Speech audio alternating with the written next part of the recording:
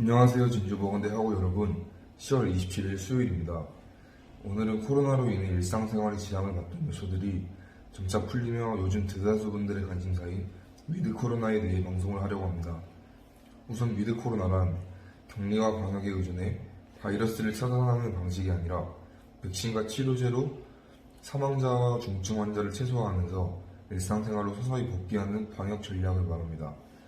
또한 코로나가 함께 살아야 한다는 의미로 마스크 착용, 비대면 강의, 거리두기 등에 익숙해진 현재 코로나와 함께 살아가는 상태를 말합니다. 다음 달부터 신종 코로나 바이러스 감염증 방역체계가 위드 코로나로 전환되면서 다중 이용시설에 적용됐던 운영시간 제한 규제가 완화됩니다. 25일 중앙사고수습본부에 발표한 단계적 일상회복의 이행 계획 초안에 따르면 정부는 다음 달 1일 방역체계 전환에 따라 방역수칙을 3차례에 걸쳐 점진적으로 완화해 간다고 전했습니다. 이 중 첫 단계인 1차 개편에서 다중시설, 이용시설에 대한 운영시간의 제한은 거의 해제됩니다. 우선 지난 6월 감염 위험도가 가장 높은 1그룹 시설로 분류됐던 유흥시설과 콜라덱 무도장 등 밤 12시까지 운영할 수 있게 됩니다. 정부는 내달 중순께 가능할 것으로 보이는 2차 개편에서는 1그룹 시설에 대한 시간 제한을 아예 없앨 방침이라고 전했습니다. 노래 연습장, 식당, 카페, 목욕, 작업 등 2그룹 시설과 학원, 영화관, 공연장, 독서실, PC방 등 3그룹 시설의 영업시간 제한 규제는 다음 달부터 아예 사라집니다.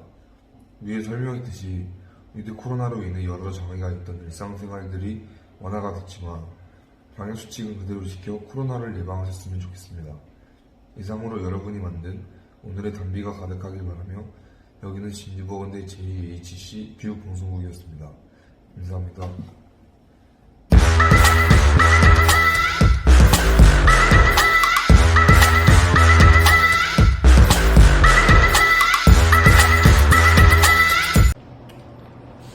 안녕하세요. 진주보건대 학우 여러분.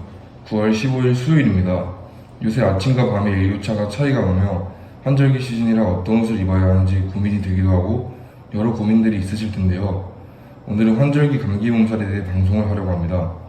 감기 몸살에 걸리는 대표적인 이유는 환절기 온도 차이, 면역력 저하 등이 있는데요.